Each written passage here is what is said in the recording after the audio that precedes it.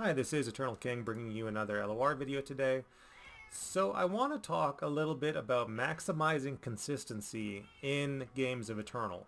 Um, so the thing about me is I like to play a large variety of different decks, from the most competitive to the most meme tier.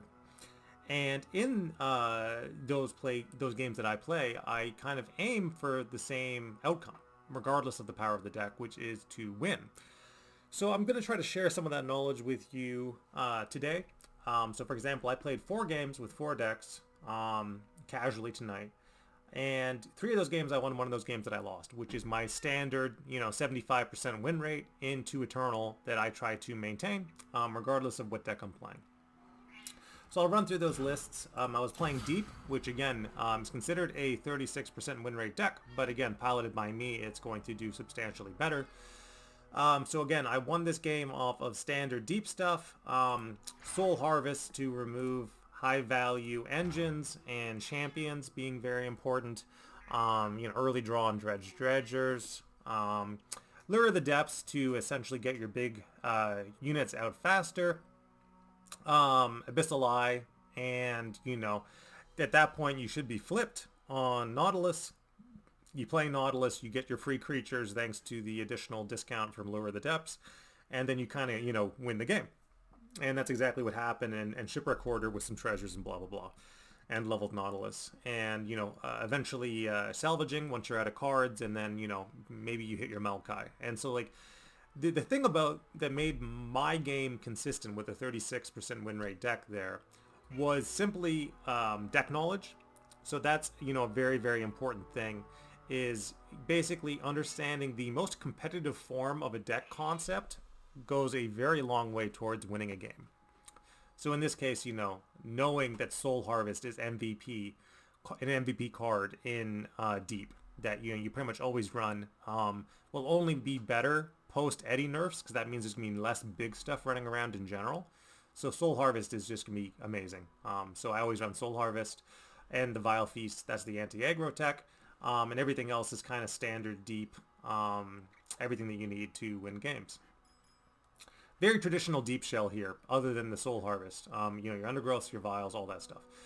And the Salvage just to regain cards after you play everything. But I run my deep very traditional, very normal deep, and simply just by knowing the deck and playing out the cards properly and sequencing properly and knowing how the deck functions, I'm able to, take that game.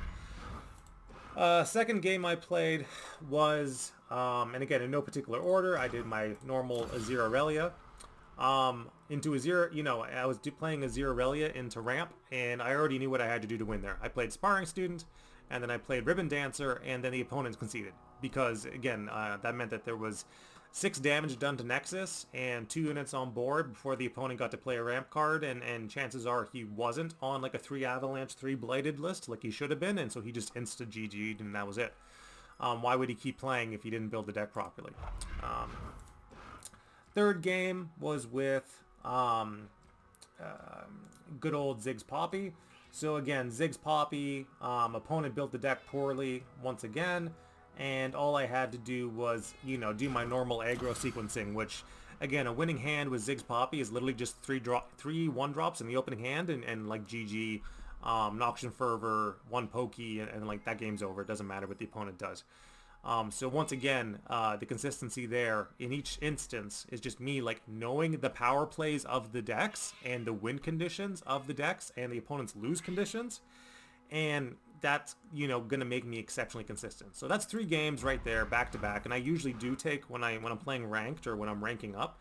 I don't like to grind. I'm not a grinder.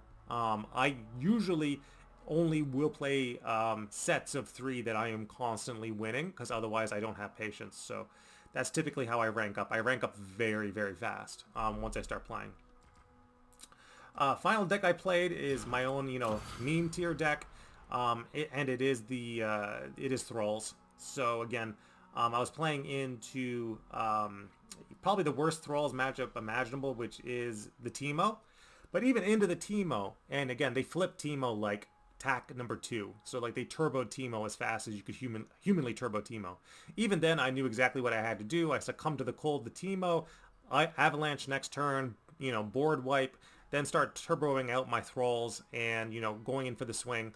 Didn't matter. I drew shrooms incredibly heavily that game, so almost all, despite not hitting me with the Teemo and only having like 13 shrooms in deck, he like OTK'd me from 13 health, and it was just like a really bad RNG game. And that's going to happen. Like, that's the thing, is like, when I say consistency, you have to understand that you're always going to lose games. You're going to have games where the luck isn't on your side. This is a card game. There is RNG. It is an RNG based game.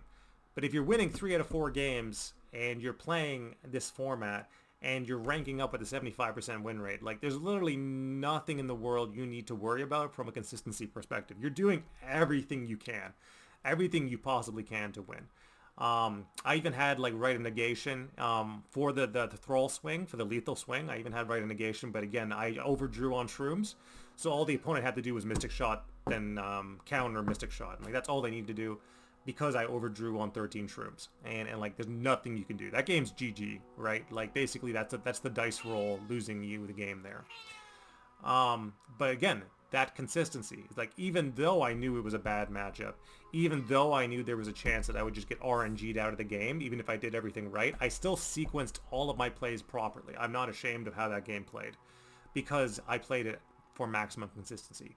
Having the Frostbite on the Teemo, avalanching for the board clear, turboing out the Thralls after, like, even just committing Sands in Time to a Thrall spawn when there was literally no value otherwise into the Sands of Time. Like, you have to do stuff like that in a burn-based matchup. Like, again, it's a Thralls deck. It's not meta, guys. Like, you have to make these plays that are like suboptimal to make the deck function at all. But again, I did all of that, and you know, I was pretty happy with how I played the game. And yeah, you lose to the dice roll. But the thing about consistency is that when I played Meta Azir Irelia, you know, when I played 36% win rate deep, when I played Ziggs Poppy, and when I played Thralls, I played every single time for maximum consistency. And, you know, I'm really happy to kind of run you guys through some games, maybe do a little bit of tutoring on this format and tell you how to play, because I'm not, you know, again, I did a video saying how exceptionally scrubby people seem to be in this format. I can't really get around that. Just the card selections, the way people are playing, it's exceptionally either it's hardcore meme, you know, centric, or hardcore RNG, or literally help me, I don't know how to build a deck. And there's very, very little in between that I'm seeing. And, you know, at the end of the day, if you plan on playing Eternal Ladder and ranking up, you're going to need that consistency, right? Like, not, most people won't climb with, you know, winning 3 out of 4 games on average. Like, that's just not something that they're going to do. But, you know, you can win 56% of your games on average, right? Which is exactly, basically 2 out of 4 games on average, but then slightly more than that through the process of grinding and through the process of time. And like, that's what the best players are going to do on average. You know, once again, if there's any of these Eternal decks you want me to run you through, if you want me to run through technical deck building, if you want me to run through consistent play patterns and lines of play and ways to run these off-meta decks, like how do you win with Deep, even though Deep is like one of the worst decks in the game. If I can do it, you can do it too. How do you win with the best decks? So, you know, again, that's important too, because it's, again, at the end of the day, Azir Irelia is a deck that exists in the meta, and you have to know A, how to play it, and B, how to play against it. Because if you don't, then you're going to be at a severe disadvantage. It's the same thing with Meta Ziggs Poppy. And yeah, if you want to talk about memes, you know, we can do meme decks, because I love memes. I'm a huge meme player. But even the memes, you know, I'm on the 3 avalanches, the 3 blighted, the counter spell, and of course the frostbite as well, and the Sands of Time is kind of like a board-wide effect at burst speed. So again, you know, even the meme decks where I'm running the 3 Bowdiers, 3 Clock Hands, I try to make the deck as consistent as possible, despite the fun that is Thralls. Alright, this is Eternal King signing out. Let me know, guys, if any of those options sound interesting to you.